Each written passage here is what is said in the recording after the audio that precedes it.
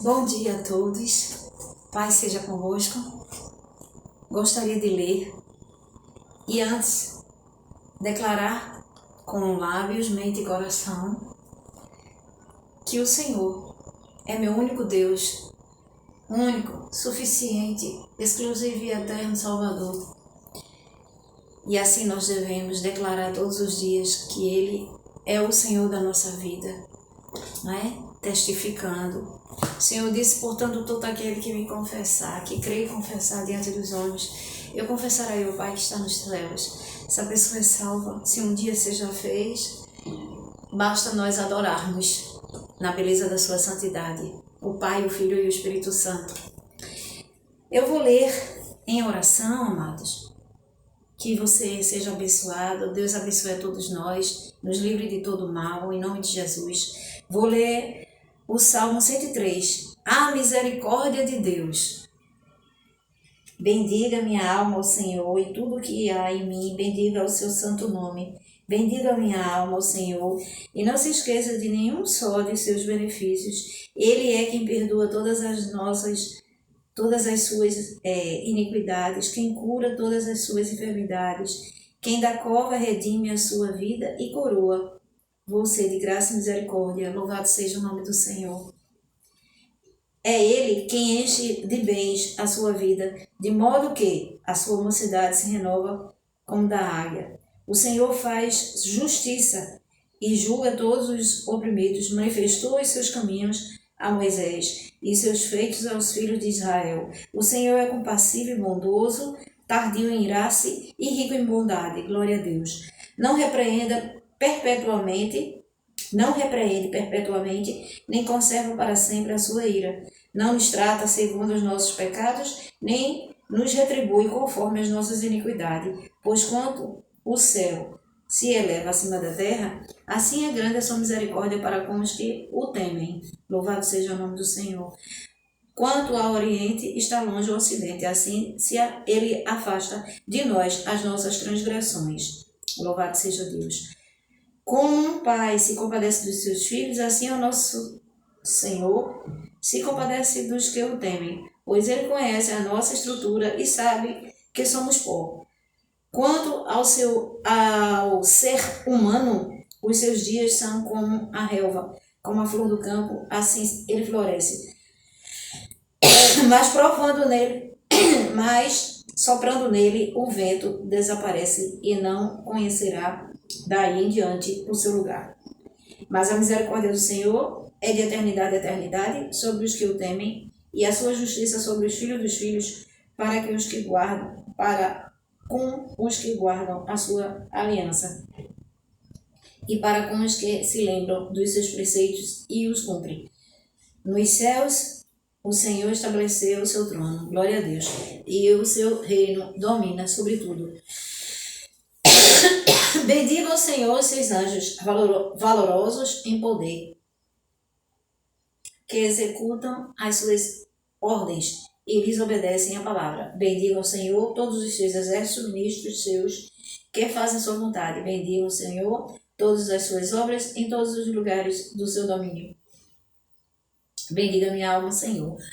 Louvado e agradecido eternamente seja o nome do Senhor, Deus Pai, Deus Filho, Deus Espírito Santo.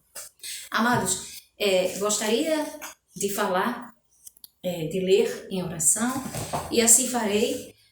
Aqui foi feito um esboço com relação à passagem bíblica em João 6, iniciando pelo capítulo 1 até o 15, a multiplicação dos pães e peixes. Mas dentro desse contexto aqui, essa passagem bíblica, eu vou ler alguns, mencionar aqui algumas passagens bíblicas voltadas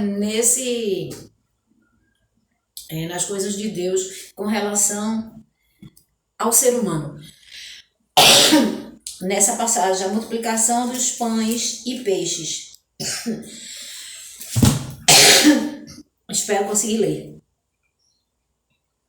Espero conseguir falar tossindo. Esse é o fim da gripe. Parece que é pior do que o começo dela, viu? Fica essa tosse Dizem que foi depois das vacinas, eu não sei. Eu só sei que o fim dessa gripe é muito chato. Você fica tossindo. Então, João 6, iniciar pelo versículo 1 até o 15, mas aqui também vamos contextualizar com alguns versículos que diz respeito ao ser humano e aos discípulos dele. Então, em João 6, vemos uma multidão encantada pelo discurso do Senhor, não é? Que estavam ali para aprender, pelo seu ensino, passa a segui-lo, de forma que não prestavam atenção aos mantimentos. Elas seguem a Jesus por vários dias, segundo em determinado momento a comida acaba. Alguns teólogos dizem que naquele momento havia cerca de 25.000 pessoas. Era uma multidão reunidas com o mestre e seus discípulos. Então Jesus pega os 5 pães e 2 peixinhos para alimentar aquela multidão, né? Pede aos discípulos e os discípulos para que eles se sentem. Alguns foram embora, né? Ai, Jesus, será que eu vou conseguir ler? Foi feito um esboço aqui. Então o Senhor levantou 5 pães e 2 peixinhos ao Pai, deu graças, né? Deu graças a Deus. E o Senhor abençoou, multiplicou esses pães e peixes, alimentando toda aquela multidão. Vemos que nosso Deus é um Deus provedor, não é? Ele conhece as nossas necessidades e ele tem, e assim ele é até hoje. Ele tem interesse de suprir as nossas necessidades. Ele conhece cada necessidade de cada um de nós. A minha, a sua. Ele é um Deus provedor, Jeová Jireh. Percebe, né, aquilo que nós estamos necessitando. Deus se importa de cuidar com nossas necessidades, da minha, da sua. E Deus ouve, né? Por isso aqui, lembrando que em Tiago 13, até os 16, ele fala sobre... até o 18, versículo 18, se eu não me engano, não é 16, é o 16 que fala sobre... A oração de um justo pode muito em sua atuação. Então ele quer que a gente tenha, todos nós tenhamos comunhão, relacionamento com ele. Não só, porque tem muitos, sabe, amados, aqui nesse contexto, dessa passagem bíblica, ela relata também muito isso, que muitos naquela época, ele sabia que Deus, aliás, Jesus Cristo, ele veio para salvar, mas eles estavam interessados mais no pão, no alimento, no peixe e no pão. Então ele sabia que o Senhor multiplicava os pães e peixes e alimentava eles. Então chegou uma época que eles estavam mais querendo, buscando, seguindo a Jesus, mais pelo interesse do alimento, né, do mantimento, não por ele ser Jesus Cristo. Então chegou um determinado tempo que o Senhor perguntou, viu que eles estavam indo embora, né? A multidão estava indo embora, quando o Senhor falou que ele tinha para matar a sede, ele era o pão que desceu do céu, para matar a fome, e ele era a água viva, e podia suprir a sede deles, não só a sede material, mas a sede espiritual. Através dele, cada um ia ter a vida eterna, né? Então eles não quiseram, disseram que o discurso era muito forte e foram saindo, um a um foram saindo. Aí Jesus teve um trecho que Jesus perguntou aos seus discípulos se eles também queriam ir embora. Vocês também querem ir embora? Aí foi quando Pedro disse, gente, eu tô me adiantando assim porque eu tô tossindo muito. Eu ia ler todo o contexto, né? Mas como eu tô tossindo muito. Aí foi quando Jesus perguntou, em João 6, 66 e 67. Vocês querem ir também? Ao perceber que a multidão estava indo embora, não iriam mais segui-lo. Jesus olha para seus discípulos e pergunta se eles também não queriam ir embora. Nesse momento, Pedro, né? Pedro, discípulo do Senhor, aí disse assim: mas para quem e para onde nós iremos, se só tu tens as palavras de vida eterna? Ali os discípulos mostraram que tinham comprometimento com o Senhor, que tinham compromisso com o Senhor e com sua mensagem. Em outras palavras, Pedro disse a Jesus: nós não temos outra opção para onde nós iremos, se o Senhor é o caminho, a verdade e a vida.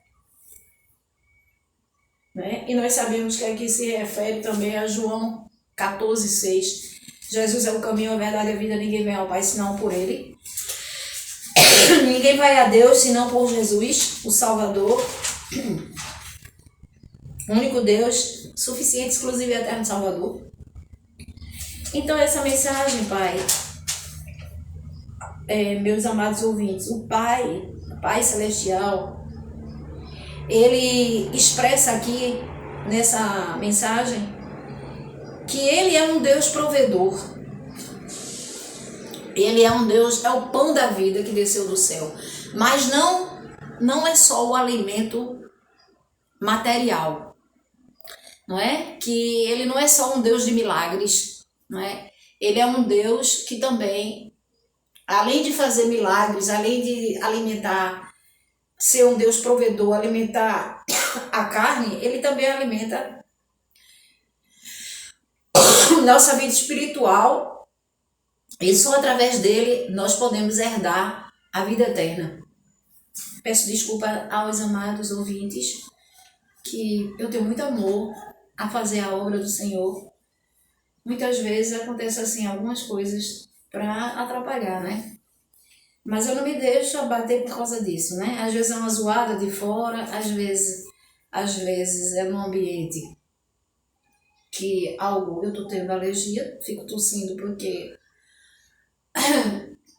Aí assim, se eu for me ligar nisso, gente, é tanta coisa, viu? Isso vai de um pequeno desodorante ou um perfume. Se eu for deixar de usar tudo, às vezes é por causa da própria restinho da gripe, aí a gente fica tossindo. Mas eu já tomei o antialérgico, xarope. É o restinho da gripe. Então esse versículo aqui, João 6, ele alimenta uma multidão e por onde o Senhor andava, o Senhor pregava, o ministério dele era, além de pregar, de ensinar o evangelho, ele fazia curas, expulsava demônios, curava enfermos, fazia coxos andarem, cegos ver, né? Surdos ouvirem. E ele ensinava. Então, chegou um trecho aqui, após ouvir o discurso do Senhor Jesus, alguns da multidão começaram a deixá-lo e dizerem entre si: esse discurso é duro demais, quem poderá suportá-lo? Está em João 6,66. E muitos de nós fazemos assim, durante a caminhada cristã. Queremos que Deus nos dê o pão, água para beber, satisfazer nossos desejos naturais, mas quando Ele exige de nós comprometimento, muitos de nós não queremos, não aceita. Quando Ele pede para que nós renunciemos às paixões da carne, ficamos com o coração endurecido, queremos no Jesus muito parecido com o gênio da lâmpada do Aladim, onde fazemos nossos pedidos e ele prontamente atende, né? Mas não é assim que funciona. Jesus, ele tem sim interesse de suprir as nossas vontades, nossos desejos, aquilo que necessitamos, mas ele quer também que todos nós tenhamos comprometimento, façamos renúncias, nos afastando do pecado, tudo aquilo que afasta de Deus, né? E aqui bem lembrado o pecado afasta o ser humano de Deus, é a única coisa que afasta o ser humano de Deus.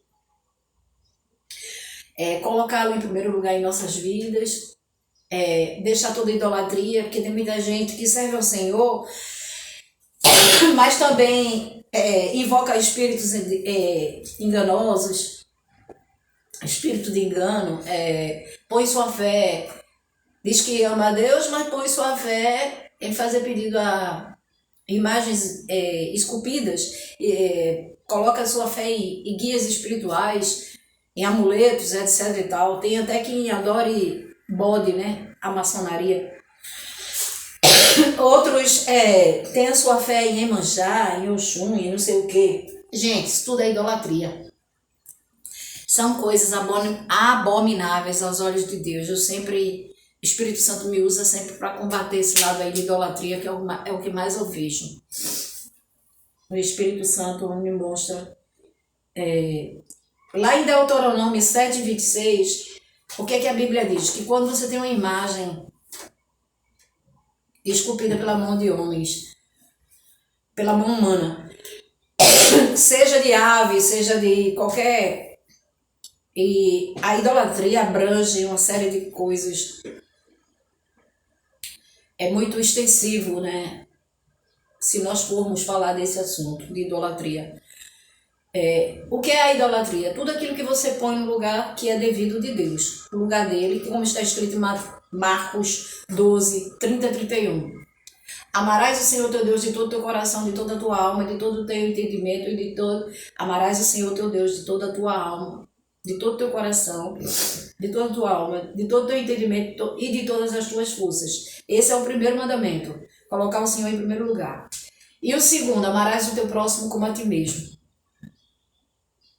A gente vê pessoas, sabe, amados, dizem que amam o próximo, mas quando se trata assim de ver algo, ele prioriza o lado dele e isso em diversos aspectos na vida, sabe?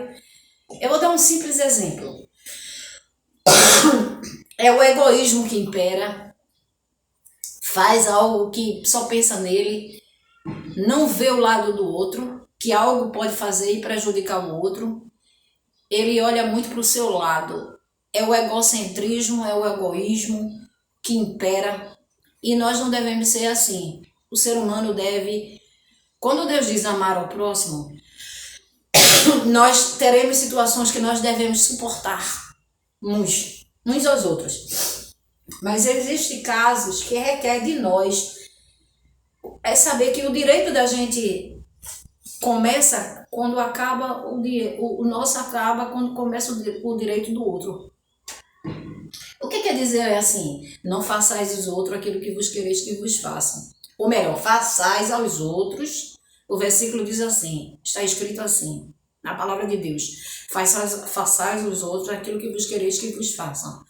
Porque tem pessoas que, por exemplo, na moradia, vou dar um exemplo.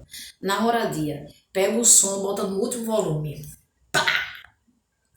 Não quer saber que o vizinho pode estar lendo uma Bíblia, não quer saber que o vizinho pode estar em oração, pode estar vendo um vídeo interessante, está estudando, está lendo um livro.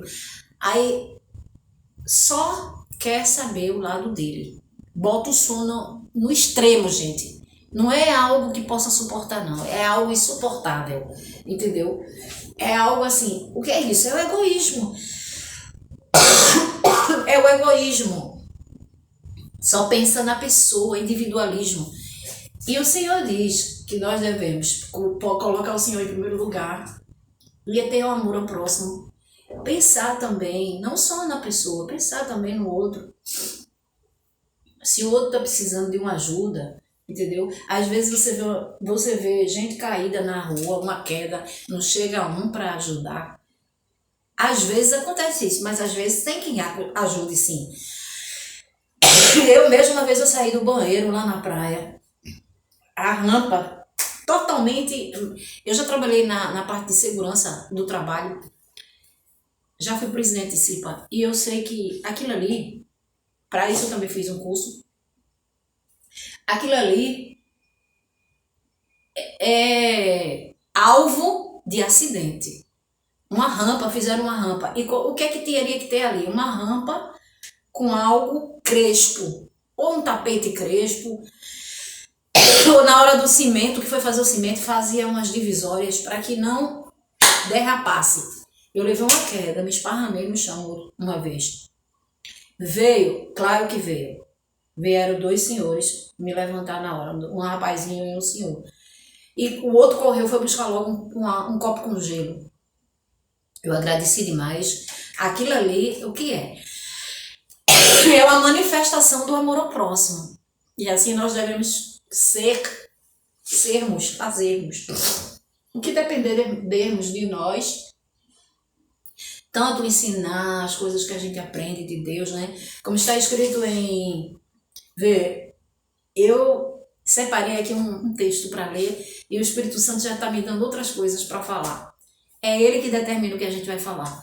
Então, assim, em Filipenses 4:8 está escrito: tudo que for verdadeiro, tudo que for justo, tudo que for amável, tudo que for de boa fama, se há alguma virtude nisso, tudo que é honesto, tudo que é puro, nisso pensais, tudo aquilo que aprendeste, praticai e ensinai. Então a gente deve fazer coisas assim, concernente. Sermos pessoas honestas, pessoas verdadeiras, pessoas justas, porque o Senhor é justo. Não fazer injustiça com ninguém. Tem pessoas por aí, gente, que fazem injustiça e acha que Deus não vê. Deus vê todas as coisas. Então o Senhor, ele prega, por onde ele passava, ele ensinava. O ministério dele era esse, sempre foi, de fazer o bem, de tanto ensinar o Evangelho, a salvação, a vida eterna, como ele fazia as boas obras, né? Praticava e instruía as pessoas para que ele veio, quem foi que enviou ele, que tinha sido o Pai. E as obras que ele faz, que ele sempre fez, não eram as obras que o Pai mandou para ele praticar. E dizendo ao pessoal, à multidão, que ele era o pão, ele é o pão da vida, a água viva, o pão que desceu do céu, e através dele o ser humano tem, tem a vida eterna. Ou seja, que ele não é só o alimento material, mas que sim também um alimento espiritual e principalmente a salvação das nossas almas. E aquele povo só queria saciar a sede material, né? Ele só queria um alimento. Então, o alimento carnal, né? O alimento da carne. Não queria saber de vida eterna. Não queria saber, não gostava do Senhor pelo que o Senhor é. Não queria ter relacionamento, comprometimento com o Senhor. E assim o Senhor exorta nossas vidas até hoje. Que nós temos as nossas necessidades, o Senhor conhece nossas necessidades, mas além de suprir as nossas necessidades, Ele quer que todos nós oremos, apresentemos para Ele as nossas súplicas, nossos anseios, faça as nossas petições, mas que não estejamos preocupados, porque a nossa preocupação não altera um côvado. A nossa preocupação, quando o Senhor diz não estejais ansiosos com coisa alguma, mas fazer conhecido diante dele, ele diz que ninguém precisa estar ansioso, preocupado. Embora nós saibamos que o ser humano tem as suas coisas a cumprir, né? Tem as suas vontades, desejos, não só na nossa vida, como na vida da nossa parentela, às vezes filhos, algo que você almeja, que aquele filho ou aquela filha, ou neto, ou bisneto não alcançou e necessita, então nós temos que apresentar diante do Senhor. Mas não esquecer que o Senhor, além de ser o alimento da carne, o alimento material, Ele também é o alimento espiritual. Devemos Ele é o nosso Pai Celeste e Ele deu o Filho dele para que todo aquele que nele crê não pereça, mas tenha vida eterna. Então nós devemos perseverarmos seguindo a Ele e orando a oração modelo, Pai Nosso, não orar em voz de repetições, e pode muito a oração de um justo em seus efeitos. Como está escrito em Tiago, eu tinha uma explanação para fazer do contexto bíblico, mas eu não tenho condições porque eu fico tossindo. Então, orarmos, termos comprometimento, fazer renúncias, todo cristão faz, assim deve ser. Ter comunhão, relacionamento com Ele, orar sempre, apresentar diante dele as nossas necessidades, na certeza que o Senhor cuida de cada um de nós, supre as nossas necessidades e o principal, nos dá a vida eterna.